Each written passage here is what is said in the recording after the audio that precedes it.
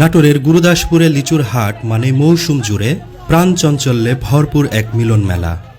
নাজিরপুর ইউনিয়নের বেরগঙ্গারামপুর এলাকায় গড়ে উঠেছে উপজেলার সবচেয়ে বড় লিচুর মোকাম।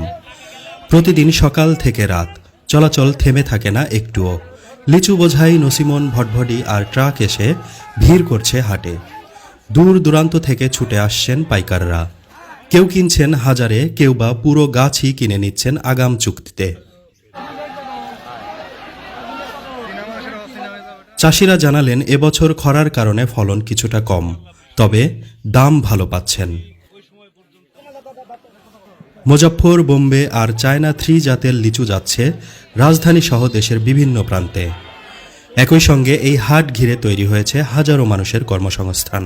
বস্তাবাঁধা, লিচু তোলা, ওজন করা, পরিবহন সবকিছুতেই কাজ পাচ্ছেন স্থানীয় শ্রমিকরা।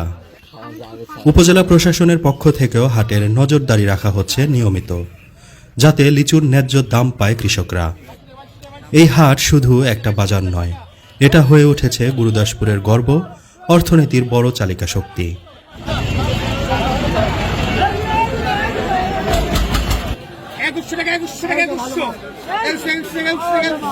জানেন যে গুরুদাসপুরে প্রচুর লিচু উৎপাদন হয়। এই লিচুর স্বাদেও অত্যন্ত সুমিষ্ট।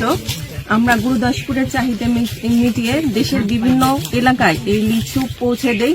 এখন লিচু সিজনে একদমই শুরুর দিক। আমরা আসলে বাগানগুলোতে দেখতে এসেছি, লিচুর পরিপক্কতা শুরু হয়েছে। আমরা আশা করছি যে 2-1 দিনের মধ্যে আমরা বাজারজাত করতে পারবো।